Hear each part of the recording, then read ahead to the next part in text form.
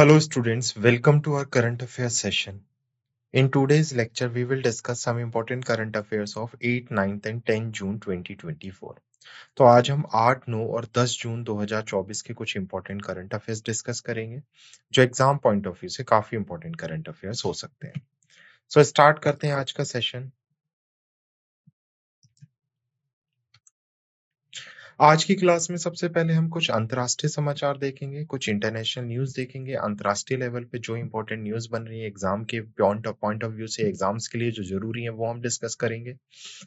Then हम कुछ राष्ट्रीय समाचार देखेंगे, कुछ नेशनल न्यूज़, कुछ सेंट्रल गवर्नमेंट की स्कीम्स और इनिशिएटिव्स कवर करेंगे। उसके बाद राज्य समाचार में हम स्टेट गवर्नमेंट की स्कीम्स देखेंगे, कुछ बैंक और वित्तीय समाचार, बैंकिंग और फाइनेंशियल न्यूज़, डिफेंस से अगर कोई न्यूज़ आ रही है, रक्षा समाचार, साइंस एंड टेक्नोलॉजी, विज्ञान और प्रौद्योगिकी समाचार। उसके साथ-साथ हम कुछ इंपॉर्टेंट स्पोर्ट्स न्यूज़ देखेंगे, कुछ इंपॉर्टेंट खेल समाचार देखेंगे। उसके बाद इंपॉर्टेंट डेज़ न्यूज़ जिसमें हम महत्वपूर्ण दिनों की खबरें देखेंगे, नियुक्तियों और इस्तीफे से रिलेटेड समाचार देखेंगे, रैंक और रिपोर्ट से रिलेटेड समाचार देखेंगे। उसके बाद हम कुछ ऑब्जर्विंग न्यूज़ और लास्ट में हम देखेंगे आज की क्लास की समरी की क्या-क्या इंपॉर्टेंट हमने आज की क्लास में डिस्कस किया है। क्लियर? तो ये हमारे टॉपिक्स होने वाले हैं। Now let's start the session. The image used in our slide deck are for educational purpose only. We respect the intellectual property right of the original creator and owner of these images. If you are the owner of any of the image used in this deck and have any concern or issue, please contact us at sathi@iitk.ac.in and we shall remove the images. हमारे slide deck में उपयोग की गई छवियां केवल शैक्षणिक उद्देश्य के लिए हैं। हम इन छवियों के मूल रचनाकारों और मालिकों के बौद्धिक संपदा अधिकारों का सम्मान करते हैं। यदि आप इस डेक में उपयोग की गई किसी भी छवि के मालिक हैं और आपको कोई चिंता या समस्या है तो कृपया sathi@iitk.ac.in पर हमसे संपर्क करें। हम छवियों को हटा देंगे।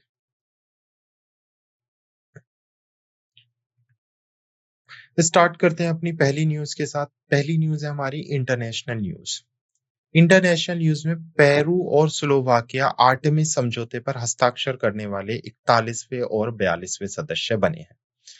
तो 30 मई को 2024 में पेरू और स्लोवाकिया आधिकारिक रूप से नासा के आर्टेमिस समझौते पर हस्ताक्षर करने वाले 41वें और 42वें राष्ट्र बने हैं, जो शांतिपूर्ण अंतरिक्ष अन्वेषण और बाहरी अंतरिक्ष के उपयोग के लिए दिशा निर्देशक स्थापित करते हैं।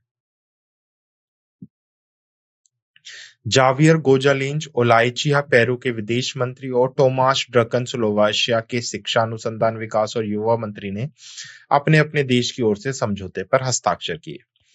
ये जो साइनिंग समारोह है, जो हस्ताक्षर समारोह है, उसका आयोजन वॉशिंगटन डीसी यूएसए में नासा मुख्यालय में नासा प्रशासक बिल नेल्सन द्वारा किया गया था।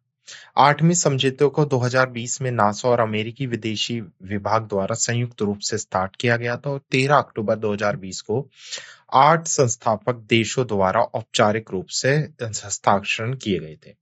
तो जब इसे स्टार्ट किया गया था तो 8 नेशंस थे और अभी इसके कितने नेशंस हो गए हैं टोटल? 42nd। तो रिसेंटली पेरू और Slovenia 41st and 42nd nation बने हैं।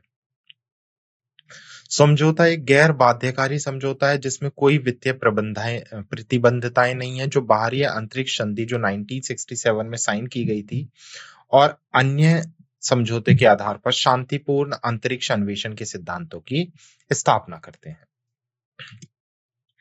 नेक्स्ट इज भारत, दक्षिण कोरिया, अमेरिका, जापान और यूरोपियन संघ ने बायोफार्मास्यूटिकल गठबंधन शुरू किए। सो 5 नेशंस आए हैं, 4 नेशंस हैं जिसमें एक यूरोपियन यूनियन है। इन सब ने मिलकर एक फार्मास्यूटिकल अलायंस साइन किया। ये मीटिंग कहां पर साइन की गई है? कैलिफोर्निया यूएसए में। जो अभी मीटिंग चल रही है बायो इंटरनेशनल कन्वेंशन 2024, वहां पर 3 और 6 से बेसिकली जून के बीच में। तो 4 नेशंस हैं। कौन-कौन से हैं? भारत, दक्षिण कोरिया, जापान और अमेरिका और उसके साथ-साथ एक यूरोपियन यूनियन। फार्मास्यूटिकल क्षेत्र को मजबूत करने के लिए आपस में इन 4 नेशंस और एक ऑर्गेनाइजेशन ने गठबंधन किया है। कहां पर? अभी जो बायोफार्मास्यूटिकल अलायंस का जो उद्घाटन बैठक हुई थी 3 से 6 जून कैलिफोर्निया यूएसए में, वहां पर इस कन्वेंशन पर साइन किए गए। जैविक आपूर्ति की कमी के कारण गठबंधन का गठन किया गया था। प्रतिभागियों ने एक विश्वसनीय और स्थानीय आपूर्ति श्रृंखला के महत्व पर जोर दिया और जैव कानूनी विधायिकाएं और अनुसंधान एवं विकास समर्थन पहलों के समन्वय पर सहमति व्यक्त की। संधि का उद्देश्य एक संपूर्ण औषधीय आपूर्ति श्रृंखला मानचित्र बनाना है और कुछ देशों में आवश्यक कच्चे माल की एकाग्रता को संबोधित करना है। क्लियर? तो India, south Korea, USA, Japan and EU launch biopharmaceutical alliance. Next is also international news, same news है जो अभी हमने पढ़ी है। वर्ल्ड की लार्जेस्ट फार्मास्यूटिकल एग्जीबिशन हुआ था कहां पर? यूएसए में, जहां पर 4 ऑर्गेनाइजेशन इंडिया, दक्षिण कोरिया, अमेरिका, जापान और यूरोपियन संघ ने गठबंधन किया है। तो सेम न्यूज है जो अभी जस्ट डिस्कस की है। Next is also international news. तो नेपाल भारतीय सहायता से 900 मेगावाट जल विद्युत परियोजना में बड़ी सफलता हासिल की है। सो अभी 900 मेगावाट अरुण थर्ड जल विद्युत परियोजना की मुख्य सुरंग नेपाल में सफलतापूर्वक पूरी कर ली गई है। नेपाल के मुख्यमंत्री पुष्प कमल दहल प्रचंड ने 5 जून को हैंडिंग उत्खनन की समाप्ति को चिन्हित करने के लिए अंतिम विस्फोट किया। यह परियोजना भारत सहायता से निर्मित की जा रही है, जिसमें 11.8 किलोमीटर लंबी हेड रेस टनल पूर्वी नेपाल के शंखुवा सभा जिले में स्थित है। Clear? Next is also international news. तो हंगरी ने 700 मीटर पैदल राष्ट्रीय एकता का पुल का अनावरण किया है। तो राष्ट्रीय एकता पुल जो 700 मीटर लंबा है वो 4 जून को उद्घाटित किया गया है। ये दुनिया के सबसे लंबे पैदल पुलों में से एक पुल है। यह हंगरी के पूर्व शहर, जो हंगरी की सिटी है, ईस्टर्न सिटी है, सतोर्ला जाउनेसी में स्थित है। यह पुल एक प्रमुख पर्यटक आकर्षण बनने की उम्मीद भी है। तो याद रखना है आपको, राष्ट्रीय एकता means bridge of national unity. तो ये कहां पर लॉन्च किया गया है? हंगरी में। Next is also international news. तो अभी कैमरून में इलेक्शंस हुए थे, जहां पर कैमरून के फाइलेमोन यांग आगामी महासभा सत्र के अध्यक्ष चुने गए हैं, president of upcoming general assembly session. तो कैमरून के पूर्व प्रधानमंत्री हैं यांग को 6 जून को संयुक्त राष्ट्र महासभा के 69वें सत्र का अध्यक्ष चुना गया है। क्लियर? तो ये यूनाइटेड नेशन जनरल असेंबली के अभी प्रेसिडेंट चुने गए हैं। ये टोबैगो के डेनिस फ्रांसिस का स्थान लेंगे, जो 78वें सत्र के अध्यक्ष थे। तो इससे पहले कौन थे? डेनिस फ्रांसिस थे। अभी कौन बने हैं? फिलेमो यांग को यूनाइटेड नेशन जनरल असेंबली का हेड बनाया गया। तो 69वीं यूनाइटेड नेशन जनरल असेंबली 10 सितंबर को न्यूयॉर्क में यूएन मुख्यालय में खुलेगा। यांग का चुनाव अंतरराष्ट्रीय मंच पर कैमरून के लिए एक महत्वपूर्ण क्षण भी है। क्लियर? तो याद रखना है, डेनिस फ्रांसिस को इन्होंने रिप्लेस किया है और अभी ये बन रहे हैं यूनाइटेड नेशन जनरल असेंबली के हेड। नेक्स्ट इज पेरू और स्लोवाकिया ने शांतिपूर्ण चंद्र अन्वेषण के लिए आर्टेमिस समझौते पर हस्ताक्षर किए। तो अभी हमने पढ़ा है 41वां और 42वां देश बना है पेरू और स्लोवाकिया, जिसने शांतिपूर्ण चंद्र अन्वेषण के लिए आर्टेमिस समझौते पर हस्ताक्षर किए हैं। क्लियर? जो यूएसए का 2020 का मिशन है, जो 8 नेशंस के थ्रू बनाया गया था। नेक्स्ट इज यूरोपियन आयोग ने तंजानिया को संरक्षण अनुदान से बाहर किया है। तो European commission exclude Tanzania from conservative grants. तो यूरोपियन आयोग ने अपनी नेचर अफ्रीका पहल के तहत तंजानिया को संरक्षण अनुदान के लिए पात्रता से बाहर कर दिया गया है।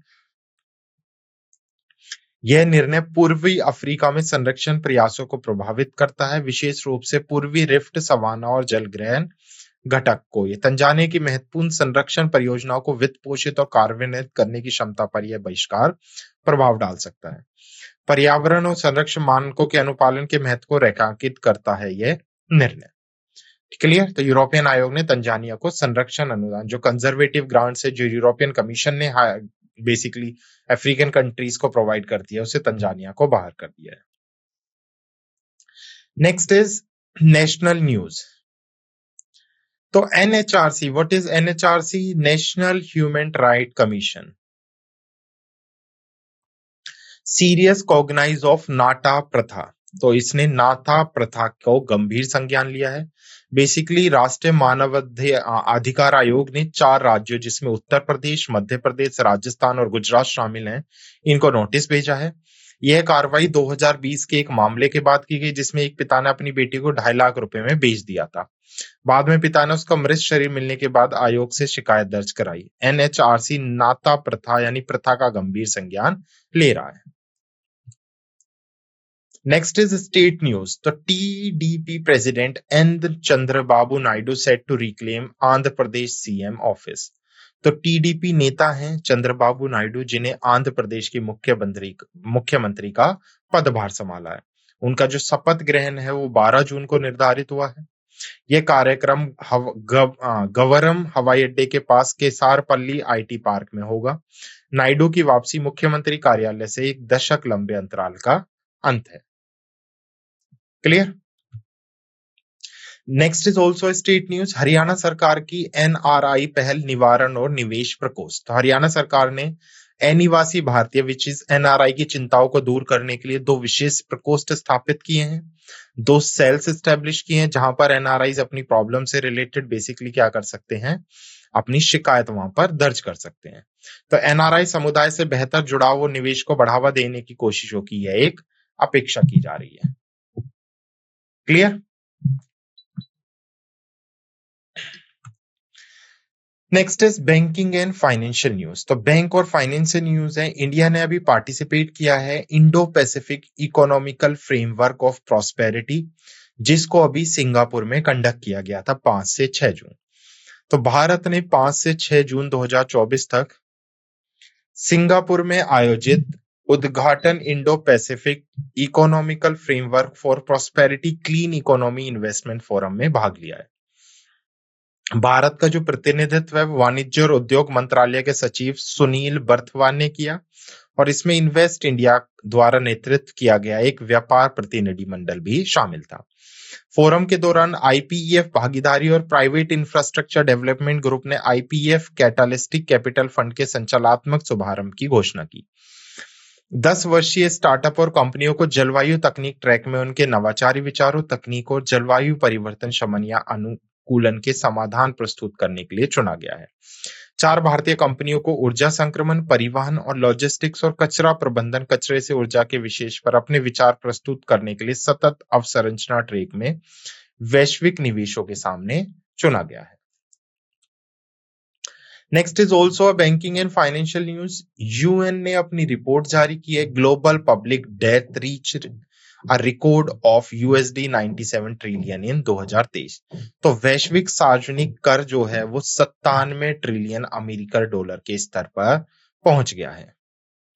तो यूनाइटेड नेशन ने या यूनाइटेड बेसिकली राष्ट्र ने एक रिपोर्ट पब्लिश की है। रिपोर्ट किस नाम से आई है? A world of death, a going burden to global prosperity, जो यह दर्शाता है कि जो वैश्विक स्तर पर सार्वजनिक ऋण है वो 97 ट्रिलियन अमेरिकी डॉलर तक पहुंच गया है, जबकि 2022 की हम बात करें तो ये 5.6 ट्रिलियन अमेरिकी डॉलर रहा था। विकासशील देशों का अगर कुल वैश्विक ऋण बात करें तो उसका ये 30% हिस्सा है, जो उनके ऋण वृद्धि दर विकसित देशों की तुलना में 2 गुना है। यह रिपोर्ट संयुक्त राष्ट्र व्यापार और विकास के ग्लोबल क्राइसिस रिस्पांस ग्रुप की तकनीकी टीम द्वारा महासचिव रेबेका ग्रीनस्पेन के नेतृत्व में तैयार की गई थी। वैश्विक समृद्धि पर बढ़ते कर्ज के बोझ और सतत ऋण प्रबंधन रणनीतियों की आवश्यकताओं को रेखांकित करती है यह report. Clear. Next is SEBI ने स्टॉक मार्केट में निगरानी से संबंधित चूकों के लिए MIIS बेसिकली MIIS के लिए वित्तीय हतोत्साहन ढांचा पेश किया। What is MIIS? Market infrastructure institutes. तो 6 जून 2024 को जो भारतीय प्रतिभूति और विनिमय बोर्ड सेबी है, जो हमारी स्टॉक मार्केट पे कंट्रोल रखता है, उसने बाजार अवसंरचना संस्थाएं जिसमें स्टॉक एक्सचेंज, क्लियरिंग कॉर्पोरेट और डिजिटल शामिल है, उसके लिए निगरानी संबंधित चूकों के लिए वित्तीय दंड का एक ढांचा पेश किया है। प्रणाली में वित्तीय वर्ष के दौरान निगरानी से संबंधित चूक के प्रत्येक मामले के लिए 1 लाख रुपए से 1 करोड़ तक के दंड शामिल है। वित्तीय हतोत्साहन MII की कुल वार्षिक आय और एक वित्तीय वर्ष में हुई चूक की संख्या पर आधारित है। सर्विलांस से संबंधित चूक को 3 श्रेणियों में वर्गीकृत किया जाता है: निर्णयों का कार्यान्वयन, सर्विलांस गतिविधियों का निर्वहन और सर्विलांस से संबंधित गतिविधियों की रिपोर्टिंग है। दंड MII के वार्षिक कारोबार के आधार पर भिन्न होते हैं। बड़े कारोबार के लिए दंड अधिक होंगे और छोटे के लिए कम होंगे। Next is also banking and financial news. तो अभी फोन पे ने पार्टनरशिप की है पिकमी के साथ, ताकि यूपीआई को इंडियन टूरिज्म श्रीलंका में भी इस्तेमाल कर सके। फोन पे जो एक प्रमुख फिनटेक कंपनी है, उसने भारतीय यात्रियों के लिए श्रीलंका में unified payment interface which is UPI आधारित भुगतान को सक्षम करने के लिए श्रीलंकाई राइड हेलिंग प्लेटफॉर्म पिकमी के साथ साझेदारी की है। यह साझेदारी भारतीय पर्यटकों के यात्रा अनुभव को बेहतर बनाती है, क्योंकि वे बंडार नायक अंतर्राष्ट्रीय हवाई अड्डे से बाहर निकलते ही पिकमी राइड्स पर कैशलेस लेन देन कर सकते हैं। पिकमी का उद्देश्य भारतीय आगंतुकों के लिए तनाव को कम करना है। इसके लिए उन्होंने अपने प्लेटफॉर्म में फोन पे के यूपीआई आधारित त्वरित प्रतिक्रिया भुगतान विधि को शामिल किया है। कैशलेस भुगतान विकल्प पिकमी पर राइड हैंडलिंग को परेशानी मुक्त और सुरक्षित बनाएगा, जिससे ड्राइवरों के लिए एक नया राजस्व स्रोत मिलेगा। यह सहयोग श्रीलंका के परिवहन क्षेत्र में डिजिटल परिवर्तन का समर्थन करता है और पिकमी की सेवाओं को जाफना और अनुराधापुरा तक विस्तारित करता है। क्लियर? तो फोन पे ने भारतीय पर्यटकों के लिए श्रीलंका में यूपीआई भुगतान सक्षम करने के लिए पिकमी के साथ साझेदारी की। Next is also banking and financial news. तो NCLT which is national company law tribunal grant approval for Vistara Air India merger. तो एनसीएलटी ने विस्तारा एयर इंडिया के मर्जर के लिए मंजूरी दे दी है और 9 महीने की अवधि की अनुमति दी है। यह मर्जर दुनिया की सबसे बड़ी एयरलाइन समूह में से एक का निर्माण करता है, जिसमें टाटा सन्स की 73.38% हिस्सेदारी और सिंगापुर एयरलाइंस की 25.1% हिस्सेदारी है। विलय की घोषणा पहली बार नवंबर 2022 में की गई थी और भारतीय प्रतिस्पर्धा आयोग और नागरिक उड्डयन महानिर्देशालय ने इसकी मंजूरी दी है। विस्तारा के क्रूज संचालन विमान को एयर इंडिया में स्थानांतरित करने के लिए डीजीसीए को मंजूरी देनी होगी और सिंगापुर एयरलाइंस के शेयरों के लिए विभिन्न सरकारी प्राधिकरणों को प्रत्यक्ष विदेशी निवेश की भी मंजूरी देनी होगी। क्लियर?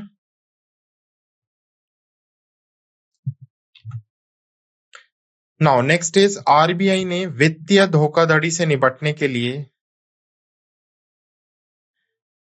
ग्लोबल हैकाथॉन हैब्रिंगर 2024 लॉन्च किया है। तो भारतीय रिजर्व बैंक ने अपना तीसरा वैश्वीकरण हैकाथॉन हार्बिंगर 2024 नवाचार के लिए परिवर्तन शुरू किया है। हैकाथॉन का उद्देश्य वास्तविक समय में वित्तीय धोखाधड़ी की भविष्यवाणी, पहचान और रोकथाम के लिए नवाचारी तकनीकी समाधान विकसित करना है। इसमें दो मुख्य बेसिकली विषय शामिल हैं: शून्य वित्तीय धोखाधड़ी और दिव्यांग अनुकूल होना। यह पहल वित्तीय प्रणालियों की सुरक्षा और समावेशिता को बढ़ाने का प्रयास करती है। Next is also banking and financial news. तो भारतीय एक्सिम बैंक ने पूर्वी अफ्रीका व्यापार को बढ़ावा देने के लिए नैरोबी कार्यालय खोला है। तो भारत के निर्यात आयात बैंक विशेष EXIM bank export import bank ने नैरोबी केन्या में अपनी पूर्वी अफ्रीका प्रतिनिधि कार्यालय का उद्घाटन किया है। तो पहली ब्रांच है जो इन्होंने नैरोबी केन्या में खोली है। इस पहल का उद्देश्य संसाधन संपन्न और जनसांख्यिकी रूप से युवा पूर्वी अफ्रीकी क्षेत्र में भारत के व्यापारिक पदचिन्ह को विस्तारित करना है। नया कार्यालय भारत, केन्या और व्यापार पूर्व अफ्रीकी क्षेत्र के बीच व्यापार और निवेश संबंधों को बढ़ाने का प्रयास करता है। यह कदम बेहतर आर्थिक सहयोग और विकास को प्रोत्साहित करने की भी उम्मीद करता है। क्लियर? तो एक्सिम बैंक ने पूर्वी अफ्रीका व्यापार को बढ़ावा देने के लिए नैरोबी कार्यालय खोला है। Next is Vellayan Subbiah named EY world entrepreneur of the year 2024। तो वेलियन सुबैया को बेसिकली TII जो एग्जीक्यूटिव चेयरमैन हैं ट्यूब इन्वेस्टमेंट इंडिया के और Cholamandalam investment and finance company limited के, इन्हें EY world entrepreneur of the year 2024 का खिताब दिया। यह चौथी बार है यह अवार्ड जब किसी भारतीय को मिला है। सुबैया के दूरदर्शी नेतृत्व और परिवर्तनकारी रणनीतियों ने TII और चोला दोनों को अभूतपूर्व सफलता दिलाई है। उनकी पहचान भारतीय उद्यमिता के वैश्विक प्रभाव को भी रेखांकित करती है। तो याद रखना है EY world entrepreneur of the year Vellayan Subbiah को दिया गया है। Next is also banking and financial news. तो आरबीआई ने अभी जो बल्क फिक्स डिपॉजिट है उसकी सीमा को 2 करोड़ से बढ़ाकर 3 करोड़ रुपए कर दिया है। तो रिजर्व बैंक ने थोक सावधि जमा के लिए सीमा को संशोधित किया है, जिसे 2 करोड़ रुपए से बढ़ाकर 3 करोड़ रुपए कर दिया गया है। यह समायोजन तरलता प्रबंधता को परिष्कृत करने की आरबीआई की रणनीति का भी हिस्सा है। परिवर्तन का उद्देश्य जमा वर्गीकरण को वर्तमान आर्थिक आवश्यकताओं के साथ संरेखित करना है। नया सीमा बैंकिंग क्षेत्र की तरलता और जमा प्रबंधन प्रथाओं को प्रभावित करने की भी उम्मीद करती है।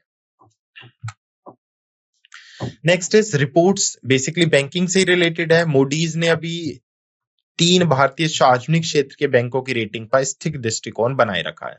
तो मूडीज रेटिंग ने 3 भारतीय सार्वजनिक क्षेत्र के बैंकों, bank of Baroda, Canara bank और पंजाब नेशनल बैंक की Baa3 रेटिंग की पुष्टि की है।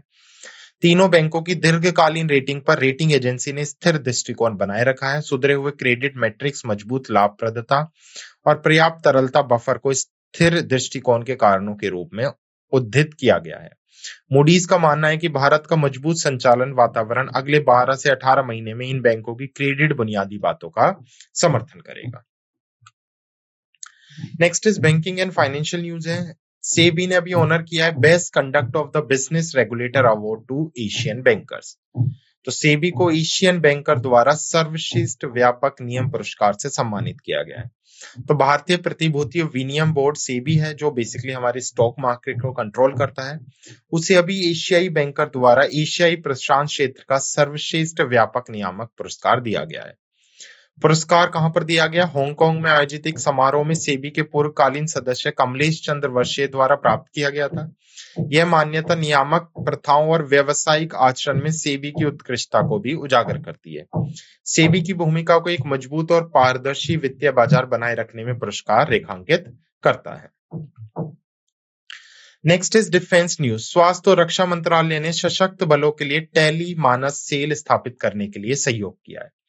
तो हेल्थ एंड डिफेंस मिनिस्ट्री ने कोलैबोरेट किया है टेली मानस, सशक्त बलों के लिए टेली मानस सेल स्थापित की जा सके। तो रक्षा मंत्रालय, डिफेंस मिनिस्ट्री और हेल्थ मिनिस्ट्री ने यह एमओयू साइन किया है। इस सहयोग का उद्देश्य है सशक्त बलों के कर्मियों और उनके परिवारों की मानसिक स्वास्थ्य आवश्यकताओं को पूरा किया जा सके। इस पहल के तहत एक समर्पित टेली मानस सेल स्थापित किया जाएगा। सेल व्यापक, एकीकृत और समावेशी 24/7 टेली मानसिक स्वास्थ्य सेवाएं प्रदान करेगा। नेक्स्ट इज खनन मंत्रालय ने 2025 तक क्षय रोग उन्मूलन के लिए केंद्रीय टीबी प्रभाग के साथ समझौते ज्ञापन पर हस्ताक्षर किए हैं। तो खनन मंत्रालय ने स्वास्थ्य और परिवार कल्याण मंत्रालय के केंद्रीय क्षय रोग प्रभाव के साथ 2025 तक भारत से टीबी को समाप्त करने के लिए एक समझौते ज्ञापन पर हस्ताक्षर किए हैं। समझौते ज्ञापन पर हस्ताक्षर फरीदा एम नाइक संयुक्त सचिव है जो एमओएम की, और डॉक्टर श्री के त्रिपाठी आर्थिक सलाहकार है, ministry of health and family welfare द्वारा दोनों मंत्रालयों के अधिकारियों की उपस्थिति में किए गए। इस साझेदारी का उद्देश्य राष्ट्रीय क्षय उन्मूलन कार्यक्रम के तहत वेबिनार और जागरूकता निर्माण पहलों जैसे सहयोगात्मक क्षेत्रीय कार्यों में केंद्रीय सार्वजनिक क्षेत्र के उपक्रमों, संलग्न कार्यक्रमों, अधीनस्थ कार्यालयों और एमओएम के स्वायत्त निकायों को शामिल करना है। इस पहल का उद्देश्य पीएसयू अस्पतालों और स्वास्थ्य केंद्रों में स्वास्थ्य कर्मियों की क्षमता निर्माण पर भी ध्यान केंद्रित करना है, ताकि जमीनी स्तर पर टीबी उन्मूलन के लिए विशेष अभियान चलाए जा सके। क्लियर? नेक्स्ट इज रूसी अंतरिक्ष यात्री ओलेग कोनोनेको 1000 संचयी दिन अंतरिक्ष में बिताने वाले पहले व्यक्ति बन गए। रूसी अंतरिक्ष यात्री हैं जिन्होंने अंतरराष्ट्रीय स्पेस स्टेशन में 1000 दिन बिताए हैं, और ये रिकॉर्ड तोड़ सबसे ज्यादा अंतरिक्ष में, स्पेस में टाइम बिताने वाले व्यक्ति बन गए हैं। उन्होंने 2008 में इंटरनेशनल स्पेस स्टेशन के लिए 5 उड़ानें भरने के बाद अंतरिक्ष समय का रिकॉर्ड बनाया। उनकी वर्तमान यात्रा 15 सितंबर 2023 को शुरू हुई थी। कोनेनको ने पहली बार फरवरी 2024 में कुल अंतरिक्ष समय रिकॉर्ड तोड़ा, जो 2015 में रूसी ग्रेनेड पाल्डका द्वारा 878 दिनों के लिए स्थापित किया गया था। यह रिकॉर्ड बनाया गया था। तो इससे पहले 878 दिन का था, अभी इन्होंने तोड़ दिया और ये 1000 दिन तक रुकने वाले पर्सन बने हैं। उनका मिशन 23 सितंबर को समाप्त होगा, जो वो कुल 1110 दिन कक्षा में बिताएंगे। Next is also science and technology news. तृष्णा पृथ्वी के तापमान की निगरानी करने के लिए इसरो का फ्रांस के CNES के साथ संयुक्त प्रयास। तो 2024 के विश्व पर्यावरण दिवस पर इसरो ने मिशन तृषा के विवरण की घोषणा की है, जो फ्रांसीसी अंतरिक्ष एजेंसी जो CNES है उसके साथ एक सहयोगी प्रयास है। तो तृष्णा क्या है? इंडिया और फ्रांस का एक मिशन है बेसिकली, जो पृथ्वी के तापमान की निगरानी करेगा। तो तृष्णा पृथ्वी की सतह के तापमान की निगरानी और जलवायु परिवर्तन को कम करने के लिए समर्पित एक उपग्रह है, जिसे 2025 में 5 साल के संचालन जीवन के साथ लॉन्च किया जाएगा। मिशन का उद्देश्य पृथ्वी की सतह के तापमान, उत्सर्जनशीलता, जैव भौतिकी और विकिरण चर का उच्च स्थानिक और कालिक संकल्प निगरानी प्रदान करना है। तृष्णा शहरी ऊष्मा द्वीपों का आंकलन, तापीय विसंगति का पता लगाने और हिम पिघलाव प्रभाव और ग्लेशियर गतिशीलता की निगरानी का समर्थन करेगा। उपग्रह 761 किलोमीटर की ऊंचाई पर सूर्य समकालीन कक्ष में स्थापित किया जाएगा। तो अर्थ सरफेस से लगभग 761 किलोमीटर की ऊंचाई पर यह स्थापित किया जाएगा, जो भूमि और तटीय क्षेत्र के लिए 57 मिनट की स्थानीय विभेदन क्षमता प्रदान करता है। Clear? Next is IIT Kanpur UAV के लिए उत्कृष्ट केंद्र और डीएफआईए ने उड़ान लॉन्च की। तो IIT Kanpur centre of excellence for UAV and DFI launch उड़ान। तो आईआईटी कानपुर ने यूएवी और डीएफआई के उत्कृष्ट केंद्र के साथ मिलकर उड़ान, एक अग्नि ड्रोन स्टार्टअप त्वरण पहल की शुरुआत की है। तो उड़ान क्या है? एक ड्रोन पहल है जिसको आईआईटी कानपुर ने स्टार्ट किया है। क्लियर? ओके, यह पहल वित्तीय सहायता और अनुकूलित व्यवसाय विकास मार्ग भी प्रदान करती है। उड़ान से ड्रोन क्षेत्र में तीव्र व्यवसायिक वृद्धि की उम्मीद है। तो उड़ान याद रखनी है, आईआईटी कानपुर ने यूएवी और डीएफआई के साथ मिलकर इस स्कीम को स्टार्ट किया है। क्लियर? नेक्स्ट इज, अभी हमने पढ़ा है तृष्णा मिशन। इसरो और भारत और फ्रांस का ये मिशन है जो पृथ्वी की सतह से लगभग 700 किलोमीटर ऊपर स्टैब्लिश किया जाएगा और जो तापमान और जल प्रबंधन की निगरानी करेगा। नेक्स्ट इज, बिल गेट ने सोर्स कोड का अनावरण किया, एक समरण जो उनकी उल्लेखनीय यात्रा को प्रकट करती है। तो माइक्रोसॉफ्ट के सह संस्थापक बिल गेट ने अपनी आत्मकथा सोर्स कोड माई बिगनिंग के विमोचन की घोषणा की है। तो सोर्स कोड किसकी आत्मकथा है? जो माइक्रोसॉफ्ट के फाउंडर हैं, सह संस्थापक हैं, को फाउंडर है, उनकी आत्मकथा है, जो 4 फरवरी 2025 को बाजार में आने वाला है। सोर्स कोड गेट्स के जीवन और अनुभव की एक अंतरंग झलक देने का वादा करता है। यह पुस्तक अत्यधिक प्रत्याशित है और दुनिया की सबसे प्रभावशाली तकनीक अग्रदूतों में से एक की यात्रा में अंतर्दृष्टि प्रदान करने की उम्मीद भी करती है। तो याद रखना है, सोर्स कोड किसकी बुक है? बिल गेट्स की बुक है। Next is sports news. तो सुनील छेत्री काफी महान खिलाड़ी हैं भारतीय फुटबॉल के अंदर। तो अभी उन्होंने अंतरराष्ट्रीय फुटबॉल से संन्यास या रिटायरमेंट की घोषणा कर दी है। तो 6 जून को 2024 को भारतीय फुटबॉल के महान खिलाड़ी और भारतीय राष्ट्रीय फुटबॉल टीम के कप्तान सुनील छेत्री ने कुवैत के खिलाफ भारत के फीफा विश्व कप 2026 क्वालीफायर के बाद अंतरराष्ट्रीय फुटबॉल से संन्यास ले लिया है। छेत्री जो सिकंदराबाद से हैं, 2002 में मोहन बागान के साथ अपने पेशेवर करियर की इन्होंने शुरुआत की थी और 19 साल के करियर को 151 मैचों और 94 गोलों के साथ भारत का प्रतिनिधित्व करते हुए समाप्त किया है। वह अंतरराष्ट्रीय फुटबॉल में चौथे सबसे अधिक गोल करने वाली खिलाड़ी हैं। रोनाल्डो, अलीडेई और लियोनेल मेसी के बाद सुनील छेत्री का नाम आता है। छेत्री ने विभिन्न क्लबों के साथ खेला है, जिसमें Jagjit cotton and textile FC, East Bengal FC football club, Dempo sports club, Bengaluru football club, जो इंडियन सुपर लीग में है। उन्हें अर्जुन अवार्ड मिल चुका है, पद्मश्री और मेजर ध्यानचंद खेल रत्न से भी नवाजा जा चुका है। Next is also sports news. International shooting sports federation. तो Sarabjit Singh shine as international shooting sport federation, जो अभी कहां पर कंडक्ट की गई है? जर्मनी में कंडक्ट हुई थी 31 से 8 जून तक। तो भारतीय निशानेबाज हैं सरबजीत सिंह, इन्होंने इस आयोजन में भारत का पहला पदक जीता है। उनकी उपलब्धि भारतीय निशानेबाजी खेल के लिए एक महत्वपूर्ण मील का पत्थर है। तो याद रखना, सरबजोत सिंह कहां से बिलोंग करते हैं? ये किस स्पोर्ट से बिलोंग करते हैं? तो शूटिंग से बिलोंग करते हैं। अभी जो आईएसएसएफ का बेसिकली वर्ल्ड कप हुआ था वो कहां पर कंडक्ट किया गया था? मुनिच, जर्मनी में कंडक्ट किया गया था, जहां पर इन्होंने मेडल जीता है। Clear? Next is also sports news. अब 4 ग्रैंड स्लैम्स है हमारे majorly, US open, French open, Australian open and Wimbledon, जिसमें से अभी फ्रेंच ओपन 2024 हुआ है और एक बार उनके विनर्स की लिस्ट देख लेते हैं। तो जो फ्रेंच ओपन है 2024 का, उसमें पुरुष एकल फाइनल में कार्लोस अल्कराज ने जीत हासिल की है।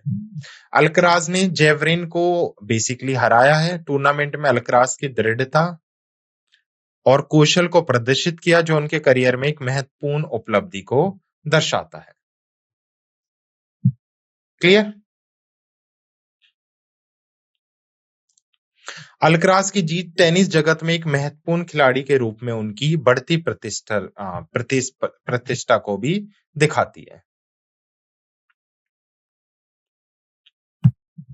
तो फ्रेंच ओपन याद रखना है, पुरुष सिंगल में किसने जीता है?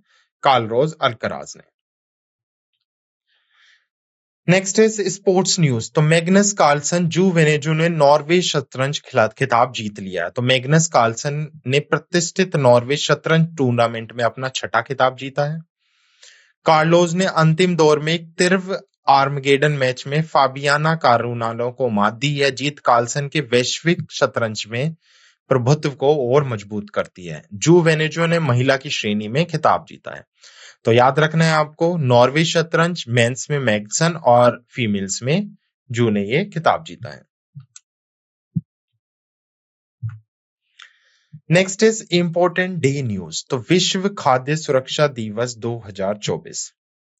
तो 7 जून को हम world food safety day celebrate करते हैं, ताकि हम जो खाद्य सुरक्षा और उसके महत्व है उनको और ज्यादा उजागर कर सकें। तो वर्ल्ड फूड सेफ्टी डे का उद्देश्य खाद्य सुरक्षा, मानव स्वास्थ्य और आर्थिक समृद्धि में योगदान करते हुए खाद्य जनित जोखिमों को रोकने, पहचानने और प्रतिबंधित करने के लिए प्रेरित करना है।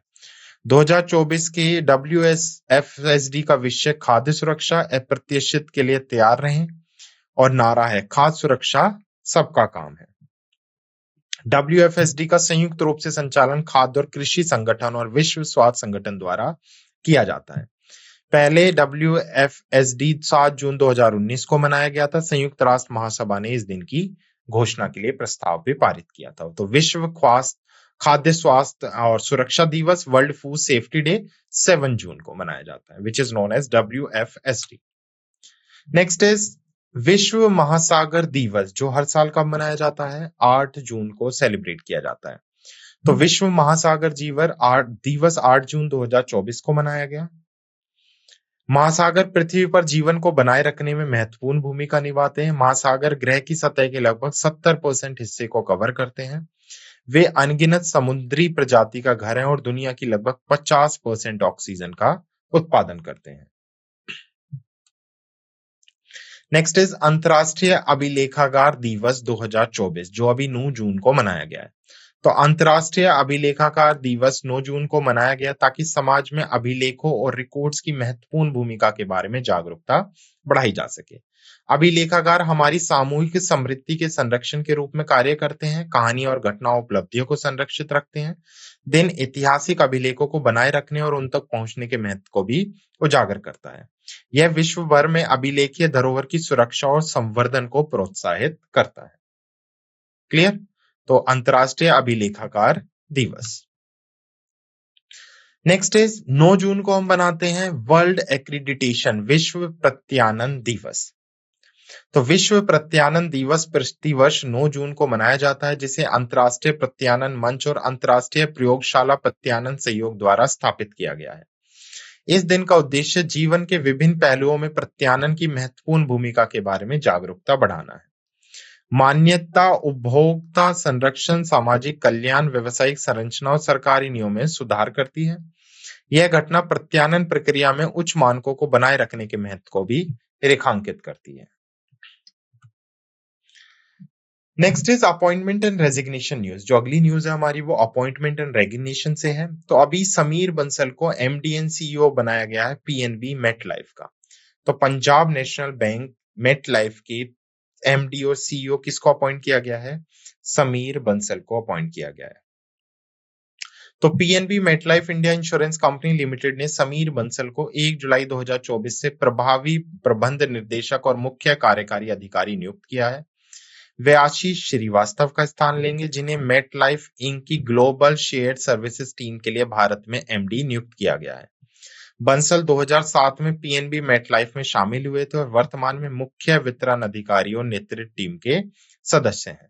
पीएनबी मेटलाइफ मेटलाइफ इंडिया और पंजाब नेशनल बैंक के बीच की एक साझेदारी है, जिसमें पीएनबी की मेटलाइफ इंडिया में लगभग 30% की हिस्सेदारी है।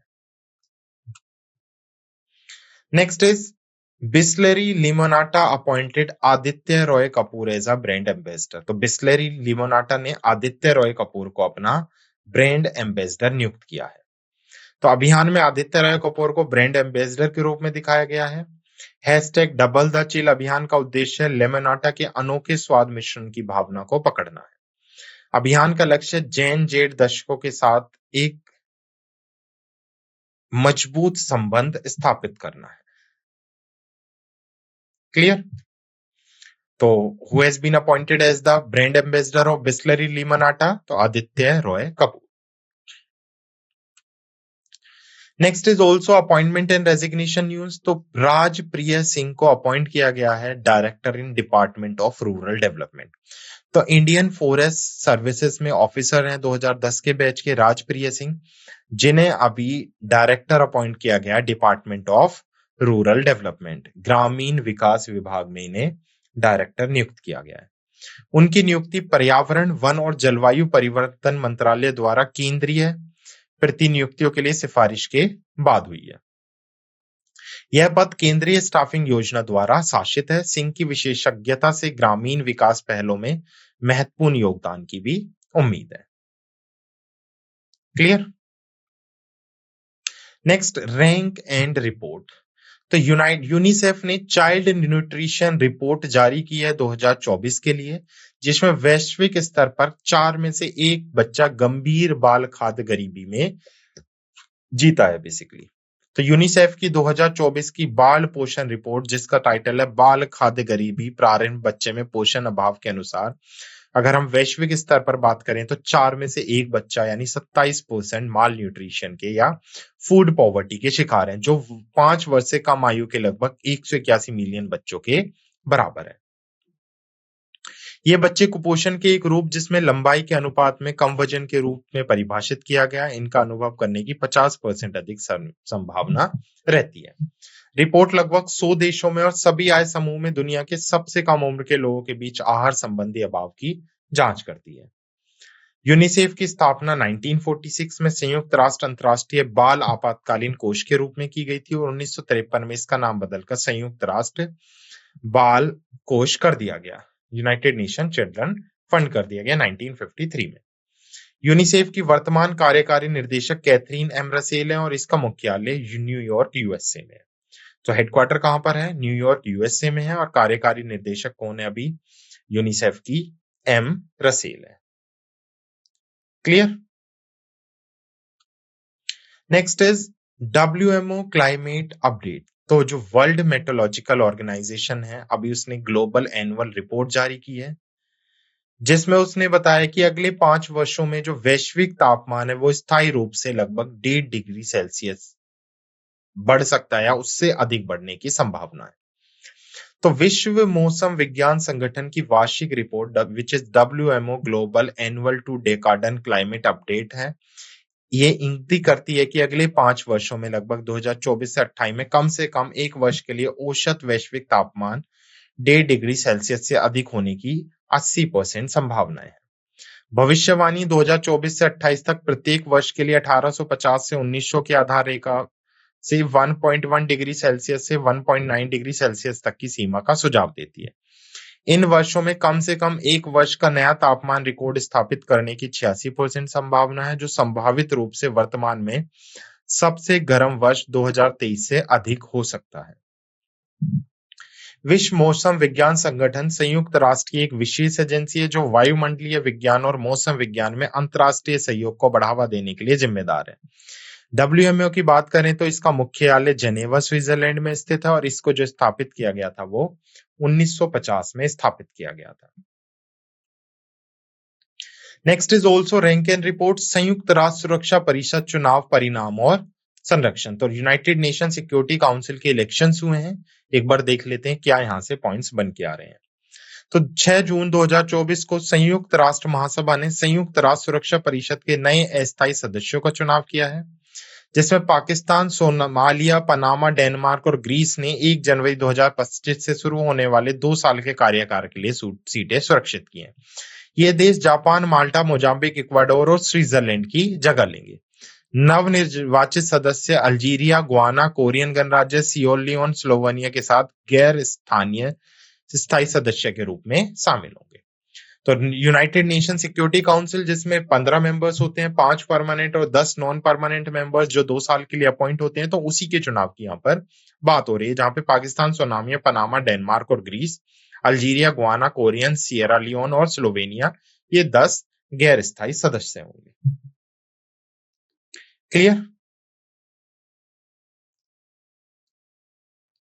ओके, चलो नेक्स्ट न्यूज की तरफ मूव करते हैं, विच इज ऑब्चरी न्यूज। तो ऑब्चरी से न्यूज है, एजेटी जॉन सिंह जो एक वाइल्ड लाइफ फील्ड बायोलॉजिस्ट थे और कंजर्वेटिव थे, संरक्षणवादी थे, कंजर्वेशनलिस्ट थे, अभी उनका क्या हो गया है, देहांत हो गया है। तो एजेटी जॉन सिंह जो एक प्रसिद्ध वन्यजीव क्षेत्र जीव विज्ञानी और संरक्षणवादी है, उनका अभी बेंगलोर में निधन हो गया।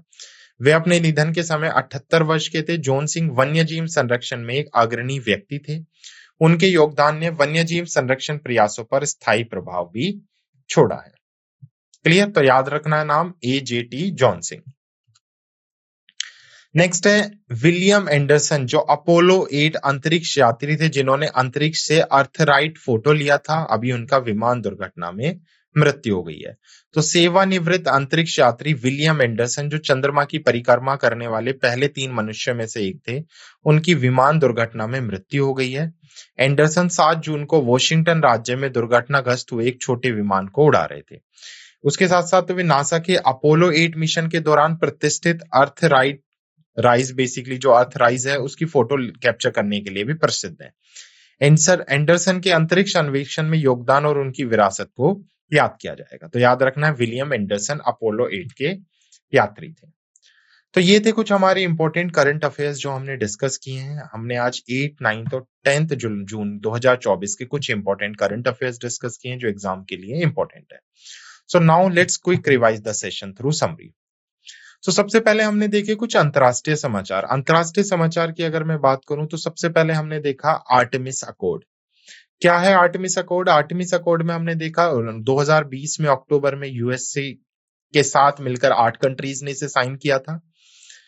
तो उसी में 2 नई कंट्रीज बनी है, 41st एंड 42nd, पेरू और स्लोवाकिया। तो पेरू और स्लोवाकिया आर्टेमिस समझौते पर हस्ताक्षर करने वाली 41वीं और 42वें देश बन गए हैं।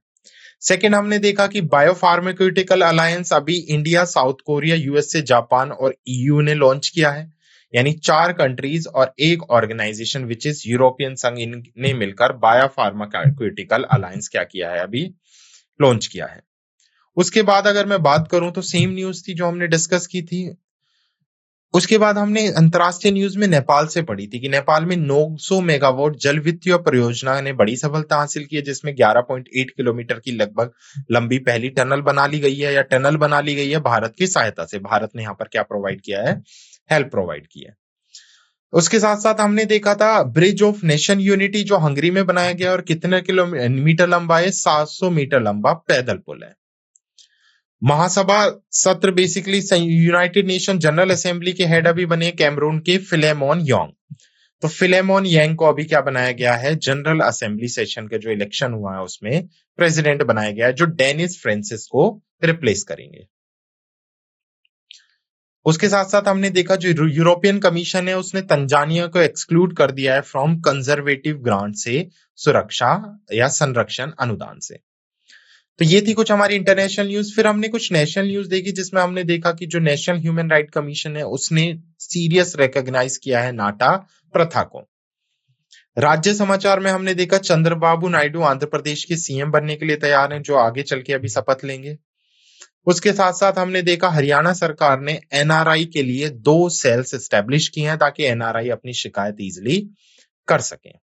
उसके बाद हमने बैंकिंग एंड फाइनेंस से कुछ न्यूज़ देखी थी। अगर मैं बैंकिंग एंड फाइनेंस से बात करूँ तो सबसे पहले हमने देखा था IPF clean economy investor forum जो सिंगापुर में हुआ है, जिसमें अभी भारत ने रिसेंटली क्या किया है, पार्टिसिपेट किया है। उसके साथ संयुक्त राष्ट्र की बेसिकली सार्वजनिक ऋण को लेकर एक रिपोर्ट आई थी, जिसमें कहा था कि जो सार्वजनिक ऋण है वैश्विक स्तर पर वो 97 ट्रिलियन अमेरिकी डॉलर की रिकॉर्ड को पार कर चुका है। सेबी से हमने रिपोर्ट देखी थी, स्टॉक मार्केट में निगरानी की चूक के लिए एमआईआई के साथ वित्तीय हतोत्साहन ढांचा तैयार किया है सेबी ने। फोन पे का हमने बेसिकली पार्टनरशिप देखी थी पिकमी के साथ, ताकि जो इंडियन टूरिज्म है वो श्रीलंका में जाते हैं वहां पर भी यूपीआई का इस्तेमाल कर सकें।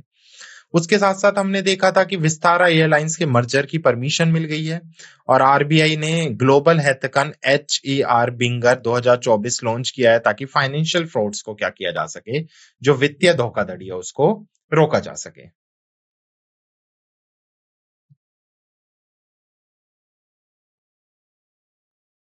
क्लियर?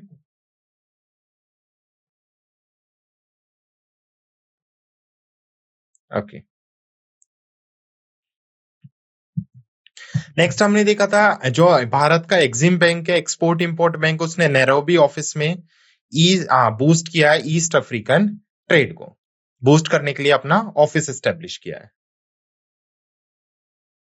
उसके बाद अगर हम बात करें तो आरबीआई ने जो रेज फंड है उसको बल्क फिक्स डिपॉजिट है उसको इंक्रीज कर दिया है 2 करोड़ से 3 करोड़। और उसके बाद अगर हम बात करें वेल्लन सुबैया को EY world entrepreneur of the year 2024 का अवार्ड दिया गया है। क्लियर?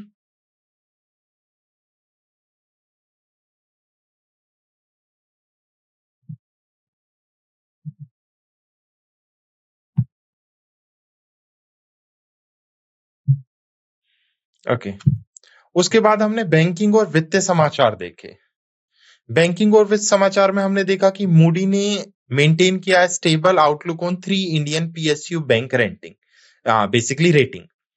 उसके बाद हमने देखा था सेबी को best conductor of business regulator award मिला है बाय एशियन बैंकर्स के थ्रू। डिफेंस न्यूज की अगर हम बात करें तो स्वास्थ्य और रक्षा मंत्रालय ने सशक्त बलों के लिए टेली मानस सेल स्थापित करने के लिए सहयोग किया है। साइंस एंड टेक्नोलॉजी में फिर हमने देखा है साइंस एंड टेक्नोलॉजी से MOM ने 2025 तक तपेदिक उन्मूलन पर सहयोग करने के लिए केंद्रीय टीबी डिवीजन के साथ समझौते ज्ञापन पर हस्ताक्षर किए हैं। उसके साथ हमने देखा था कि जो रूसी अंतरिक्ष यात्री है उसने इंटरनेशनल स्पेस स्टेशन में सबसे ज्यादा लंबे समय तक रहने का रिकॉर्ड बनाया है। तृष्णा मिशन हमने देखा था, इसरो और फ्रांस का मिशन है जो पृथ्वी के तापमान को बेसिकली उसकी निगरानी रखेगा। आईआईटी कानपुर का हमने इनिशिएटिव देखा उड़ान। उसके साथ साथ हमने देखा कि बिल गेट ने अपनी ऑटोबायोग्राफी सोर्स कोड का अनावरण किया है। उसके बाद हमने स्पोर्ट्स इवेंट्स देखा था, जो भारत के फुटबॉल प्लेयर हैं सुनील छेत्री, अभी उन्होंने क्या कर लिया है, इंटरनेशनल फुटबॉल से संन्यास ले लिया है।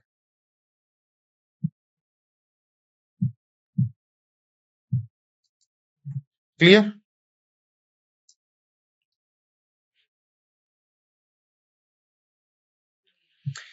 उसके बाद हमने देखा सरबजीत सिंह ने मुनीख में ISSF विश्व कप में चमक बिखेरी है।